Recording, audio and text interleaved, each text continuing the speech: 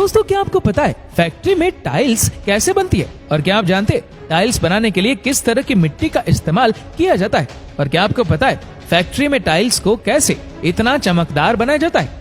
दोस्तों, टाइल्स बनाना एक काफी लंबा प्रोसेस है जिसकी शुरुआत होती है इसके रॉ मटेरियल से। रॉ मटेरियल में इस्तेमाल होता है क्ले, जो एक हाई प्लास्टिसिटी मटेरियल है। इसी के साथ एक लो प्लास्टिसिटी मटेरियल पाउडर जैसे सोडा और पोटेश का इस्तेमाल होता है। क्ले और पाउडर को सबसे पहले इस वेइंग मशीन में 5050 के कंपोजिशन में डाला जाता है। इसके बाद एक कन्वेयर की मदद से ये सारा रॉ मटेरियल इस बॉल मिल में जाता है।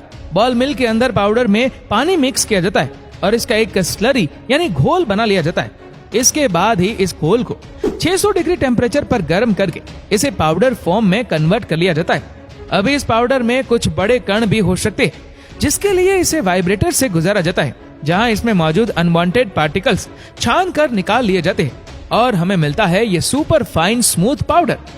यही पाउडर आगे जाकर इन टाइल्स का शेप देने वाला है। इस पाउडर को टाइल्स का शेप देने के लिए इसे मैन्युफैक्चरिंग लाइन की अगली मशीन में डाला जाता है, जो है ये प्रेस मशीन।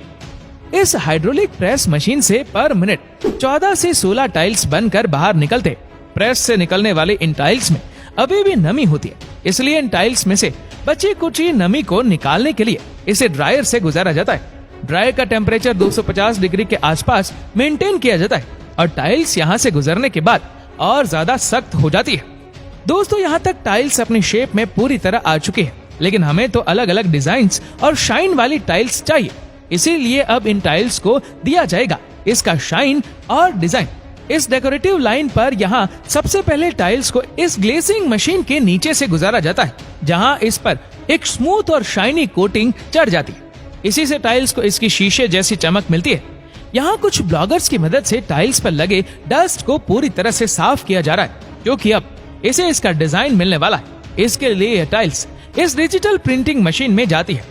यहाँ टाइल्स पर जैसा भी डिजाइन प्रिंट करना है वो इस कंप्यूटर में फिट कर दिया जाता है और वही डिजाइन हूबहू उस टाइल्स पर प्रिंट हो जाता है।